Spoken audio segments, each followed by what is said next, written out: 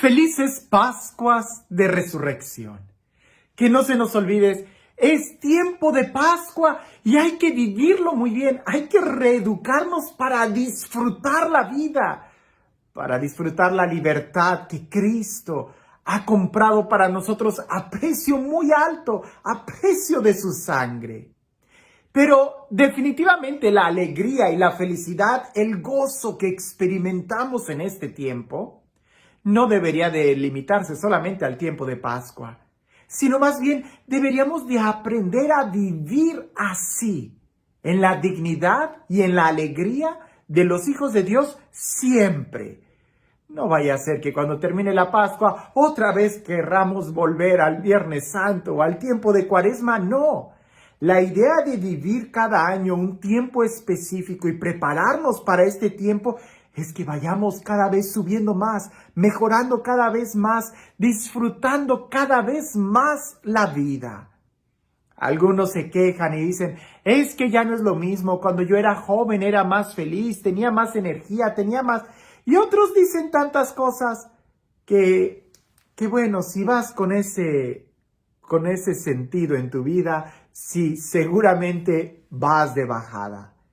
Pero también hay otros que de una manera increíble han logrado ver su vida como la producción de un buen licor. Mientras más añejo es el vino, más sabor tiene. Y es que de eso se trata, de disfrutar, de saborear la vida. Por eso usualmente la sabiduría se identifica con las personas de avanzada edad, porque han logrado desprenderse de cosas insignificantes que les preocupan. Usualmente, la mayoría de nuestras preocupaciones, la mayoría de nuestros dolores, de nuestras angustias, provienen de cosas que no tienen tanto sentido, de cosas superficiales.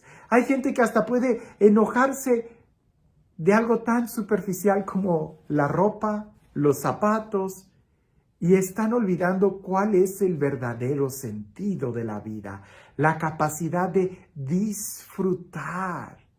Aquí no se trata de cuántas destrezas tienes, cuánta fuerza tienes. No se trata tampoco de cuántos millones de dólares tienes en el banco, sino la capacidad de disfrutar. Eso es lo que hace la diferencia. Por eso la sabiduría, que es el saborear la vida, a veces se nos va cuando nos preocupamos más por la botella que por el contenido. El evangelio el día de hoy es un evangelio que ya no lo sabemos de memoria. Con mucha razón muchos han dicho que es el corazón del evangelio, que si todos los textos de la Sagrada Escritura se perdieran, deberíamos de memorizarlo y nunca se debería de perder porque aquí está contenido todo.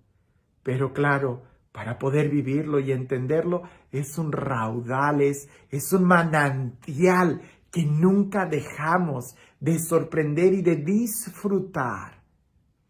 Alguien puede decir, pero ¿qué cosa nueva voy a sacar el día de hoy de eso? Es lo mismo que la respiración.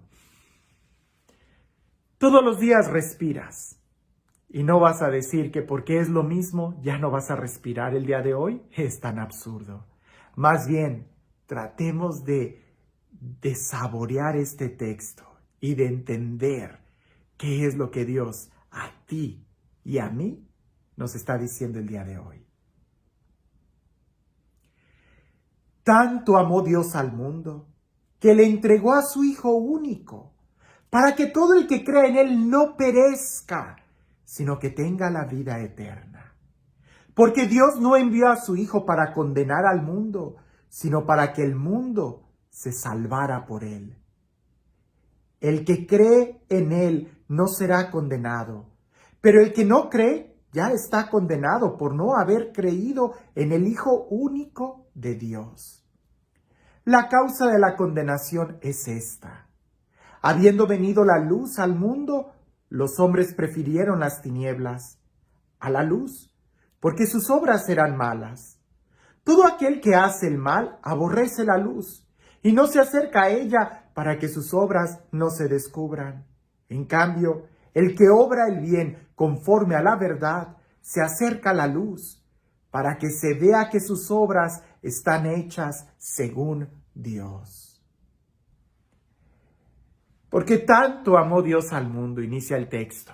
No lo dudes, Dios te ama. Tú eres muy importante para Dios y tanto te ama que envió a su Hijo único. ¿Para qué? No lo envió para condenarte, no lo envió para castigarte, no lo envió para recriminarte, sino para que todo el que crea en Él tenga vida y vida eterna. Jesús ha venido aquí para darnos vida y vida en abundancia. Recuerda que la palabra vida en la Sagrada Escritura significa felicidad, plenitud, realización, alegría, vida. Eso es vida. Dios envió a su Hijo para que tú, creyendo en Él, tengas vida, tengas la capacidad de disfrutar. Pero exactamente, ¿qué es creer en Jesús? Creer en Jesús es aceptarlo, es recibirlo, es escucharlo, es amarlo. Eso es creer en Jesús. No es solamente algo intelectual como, pues sí, yo creo que la luna gira alrededor de la tierra. Bueno, ¿y eso qué? Tú no te adhieres a eso, tú no amas esa idea. Pero Jesús es una persona y creer en Él es creerle a Él, es aceptarlo, es recibirlo. Todavía más, dice que no todos lo recibieron. Aquel que no cree en Él ya está condenado. No porque Jesús venga a condenarte y a castigarte, sino porque tú al no recibirlo te quedas en la misma situación.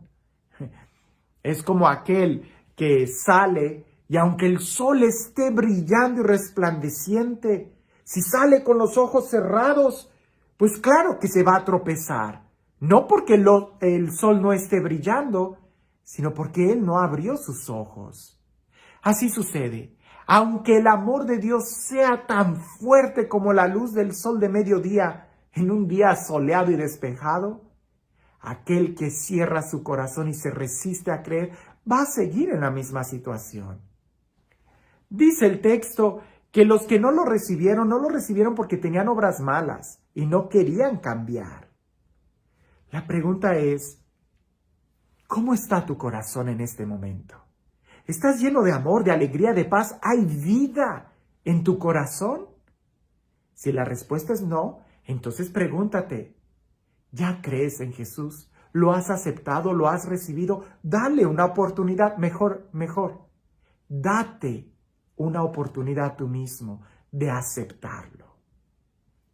Porque si no lo aceptas, ya sabes cómo vas a vivir, igual que como estás viviendo el día de hoy. Pero si quieres mejorar, entonces recibe el amor que Dios tiene para ti. Y este Dios, el Dios del amor, el Dios de la vida, el Dios de la gracia, el Dios que se nos revela cada día más y con mayor profundidad, que sea este Dios, el Dios de la resurrección, el Dios de la Pascua, que en el día de hoy nos bendiga, en el nombre del Padre, del Hijo y del Espíritu Santo. Tanto amó Dios al mundo, que envió a su Hijo único, para que todo el que crea en Él no perezca, sino que tenga vida eterna. Si tú crees en Él, si tú lo recibes, ya tienes vida en ti.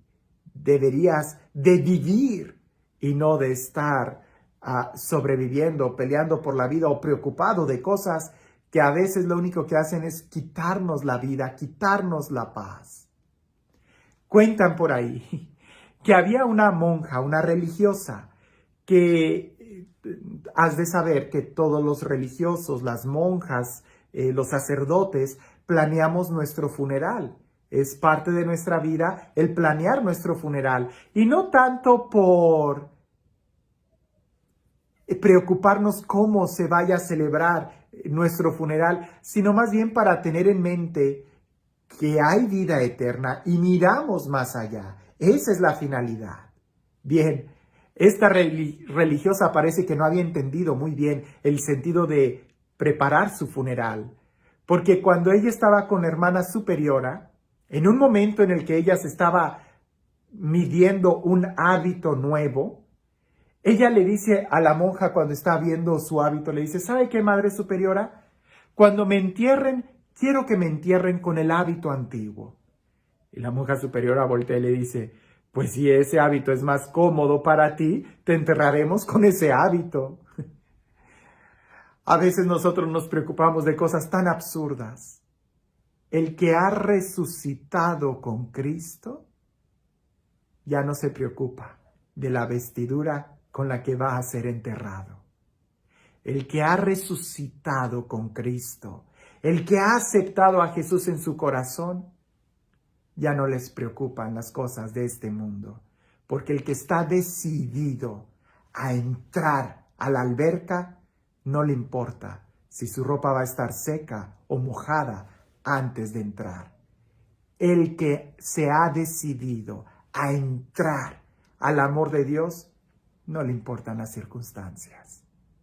Esperemos que el día de hoy, cuando leamos este texto, tanto amó Dios al mundo, nosotros nos demos cuenta si sí estamos entrando al amor de Dios completamente. No sea que estemos todavía preocupados con qué hábito vamos a vestir. Que tengas un excelente día.